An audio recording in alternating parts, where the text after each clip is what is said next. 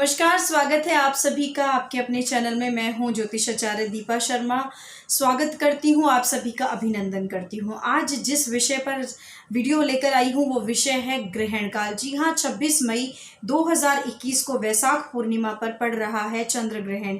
ये ग्रहण साल का 2021 का पहला ग्रहण जो कि काफ़ी प्रभावशाली रहने वाला है। इस ग्रहण से क्या कुछ आपके जीवन में घटित हो सकता है, कौन से उतार चढ़ाव आएंगे और किस जगह पर ये चंद्र ग्रहण होगा, कौन सी राशि वालों के लिए कैसा फल लेकर आएगा, सभी चीजें आपको बताऊंगी इस वीडियो में।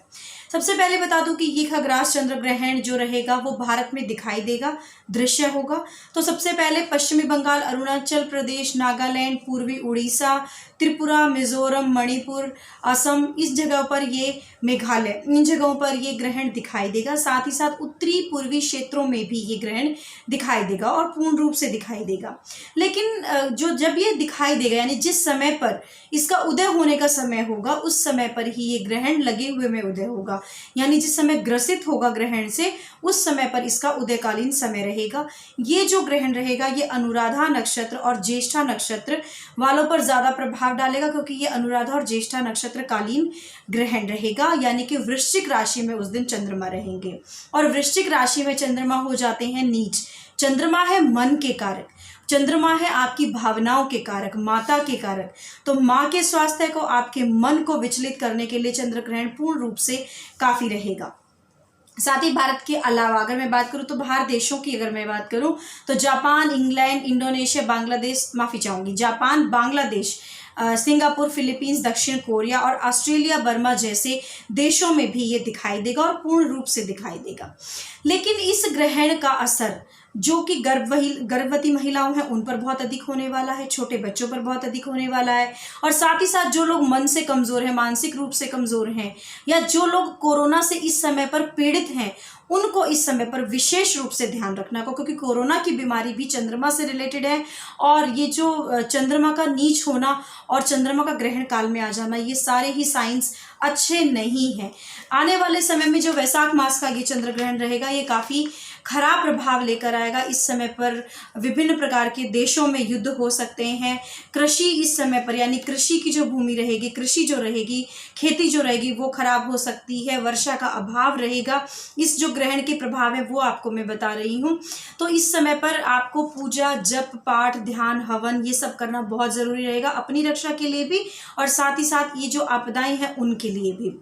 अब मेष राशि से शुरू कर लेती हूँ कि मेष राशि वालों का कैसा रहेगा ये ग्रहण का समय और उन्हें किस चीज के लिए सावधान रहना है। ये जो ग्रहण है मेष राशि वालों के लिए मानसिक पीड़ा देगा, साथ ही साथ स्वास्थ्य को कष्ट देगा।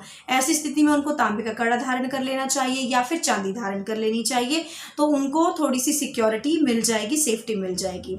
वृष राशि वालों के लिए पार्टनर के लिए भारी है। आपका बिजनेस पार्टनर हो सकता है, लेकिन यहाँ पर वैवाहिक पार्टनर के साथ तालमेल काफी गड़बड़ा सकता है, क्योंकि इसका सीधा असर आपके वैवाहिक जीवन पर पड़ रहा है। तो वृष राशि वालों को ध्यान रखना है कि उनको इस समय पर सफेद चंदन का तिलक या सफेद वस्तु जरूर सुबह उठते ही मीठा डालकर खा लेनी है, कोई मीठी सफेद वस्तु सुबह सुबह खा लेनी है ताकि ग्रहण का प्रभाव उन पर कम रहे।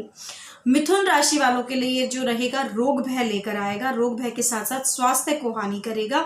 तो स्वास्थ्य का ध्यान मिथुन राशि वालों को रखना है। एक हरा रुमाल हर समय अपने पास ग्रहण के दिन रखना है, क्योंकि इस ग्रहण का जो असर होता है वो ग्रहण से पहले भी होता है और ग्रहण से कुछ समय बाद तक भी इसका प्रभाव रहता है।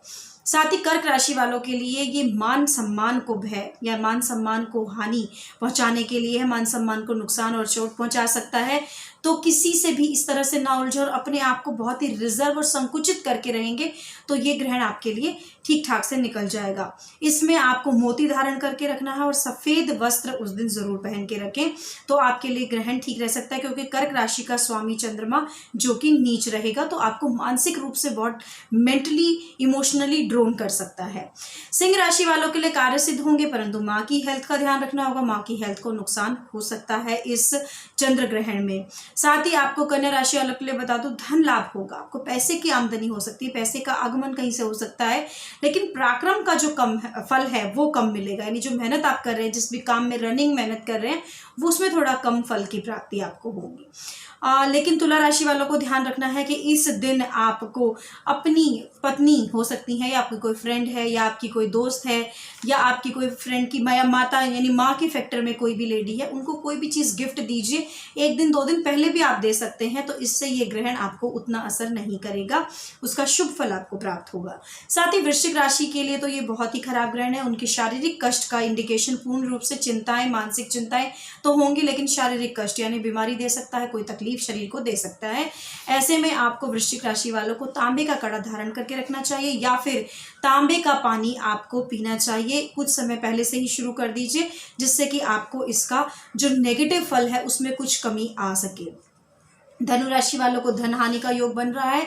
अनावश्यक खर्चे हो सकते हैं, बेवजह के खर्चे बेवजह की चीज़ों पर हो सकते हैं, तो खास ख्याल रखना है कि इन खर्चों से बचने के लिए आपको एक हल्दी की गांठ अपने पास रखनी, जिससे कि आपका गुरु मजबूत रहे और इसका शुभ फल आपको प्राप्त हो सके। मकर राशि वालों के लिए धन लाभ की स्थिति बन रही है, साथ ही धन लाभ पर प्रभाव पड़ेगा, आमदनी आपकी बनी रहेगी। जी हाँ, धन लाभ जो प्रॉफिट जो गेन होने वाला था उसमें आपको प्रभाव पड़ेगा, लेकिन आपकी आमदनी यहाँ लगातार बनी रहेगी।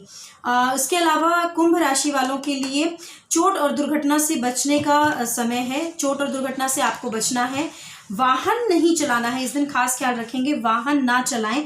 वाहन चलाने से आपको चोट और दुर्घटना जैसी संभावनाएं यहाँ बढ़ सकती हैं। साथ ही साथ आपको बता दूं, मीन राशि वालों के लिए संतान की चिंता, संतान को कष्ट हो सकता है, संतान संबंधी परेशानी आपको इस ग्रहण काल में हो सकती है। तो संतान की रक्षा करने के लिए, संतान के कष्ट से बचने के लिए मीन राशि वालों को गुरुवार के दिन कुछ मीठा किसी ब्राह्मण को दान कर सकते हैं, या फिर 4 केले आप गाय को खिला दीजिएगा, तो इससे आपके लिए शुभ प्रभाव बनेगा। बिहार, बंगाल, उड़ीसा, पूर्वी क्षेत्रों के किसी विशिष्ट राजनेता को नुकसान या घातक सिद्ध हो सकता है ये ग्रहण। इस ग्रहण के बाद आपको क्या ध्यान रखना है, ग्रहण के समय आपको पूजा पाठ, जप, हवन, तर्पण करना है, और ग्रहण के बाद स्नान करके दान जरूर करना चाहिए।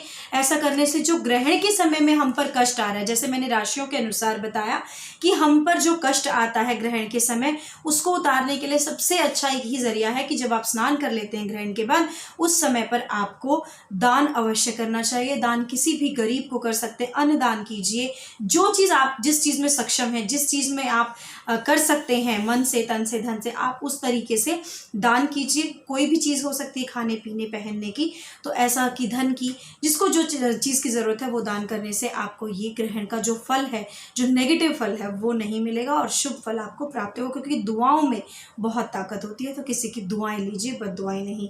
और ये था राशिफल 12 राशियों का ग्रहण काल में। ग्रहण के समय पर किन किन चीज़ों का ध्यान रखना चाहिए। गर्भवती महिलाओं को अपने पेट पर एक लेप करना है, जिसको बता दूं क्या करना है। ग्रहण के समय पर दही, कच्चा दूध, आटे का चोकर, गंगा जल और इसमें थोड़ा सा चंदन आप मिला लीजिए। चीज़ें फिर दोहरा रही हूँ, दही, कच्चा दूध, आटे का चोकर यानी आटा छानने के बाद जो वेस्ट बचता है उसे आटे का चोकर कहते हैं, वो और चंदन और गंगा जल मिला के एक लेप बनाइए और उसे अपने पूरे पेट पर, जो गर्भवती महिलाएं हैं उसे पूरे पेट पर लेप कर लीजिए। या गेरू अगर आपके पास है तो गेरू का लेप करना भी शुभ होता है। या अपने पास डाब यानी कि वो जो घास होती है वो रखते हैं, एक नुकीली घास जिसको डाब बोलते हैं, वो रखिए। तो इससे आपके पास नेगेटिव इफेक्ट आपकी संतान के पास, आपके पेट में पल रहे बच्चे के पास नहीं आ पाएगा। ग्रहण के समय में किसी भी तरह की काटने पीटने की या बनाने की, कुकिंग की चीज़ों से गर्भवती महिलाओं को दूर रहना चाहिए। ये था आपके लिए सुझाव इस ग्रहण के लिए। वैसे ही ग्रहण का जो समय रहेगा, सूतक काल सुबह 6 बजे से 6:15 से शुरू हो जाएगा और इसका जो ग्रहण का समय रहेगा वो 3:15 से शुरू होगा और जो ग्रहण खत्म होगा वो 6:23 पर खत्म होगा। ग्रहण का जो मध्य काल रहेगा वो 4:49 पर रहेगा। ये मध्य काल रहेगा, ये ओवरऑल ग्रहण का समय रहेगा। कोशिश कीजिए इस ग्रहण के समय पर जितना ज़्यादा से ज़्यादा हो सके भगवान का ध्यान करें, पूजा पाठ करें, कोई अच्छी चीज़ पढ़ें, अच्छी पुस्तक पढ़ें, अच्छी चीज़ देखें, तो उसी प्रकार का आपका जीवन और आपका आगे का समय रहेगा। खराब चीज़ों से इस समय पर ज़रूर बचना चाहिए, कोई भी गलत कार्य नहीं करना चाहिए, इससे आपको आने वाले समय में और ज़्यादा नुकसान ना हो। ये था ग्रहण कैसा रहेगा 26 मई का, आगे भी आपको जो ज़रूरी जानकारी है ज्योतिष से संबंधी वो विषय हम अपने इस चैनल पर लेकर आते रहते हैं और निरंतर लेकर आते रहेंगे। इसी तरह से हमें स्नेह देते रहिए, हमारी वीडियोस को लाइक करते रहिए। हमारे सभी सब्सक्राइबर को तहे दिल से शुक्रिया। हमारे चैनल को बहुत सारे लोग सब्सक्राइब कर रहे हैं, उनका तहे दिल से शुक्रिया। लेकिन नोटिफिकेशन बेल को ज़रूर प्रेस करते रहिए ताकि आगे आने वाली वीडियोज़ की जानकारी मिलती रहे। फिर मिलूंगी किसी एक नए विषय के साथ नई वीडियो में। तब तक के लिए स्वस्थ रहें, खुश रहें, अपने घरों में रहें, अपना और अपनों का ख्याल रखें। नमस्कार।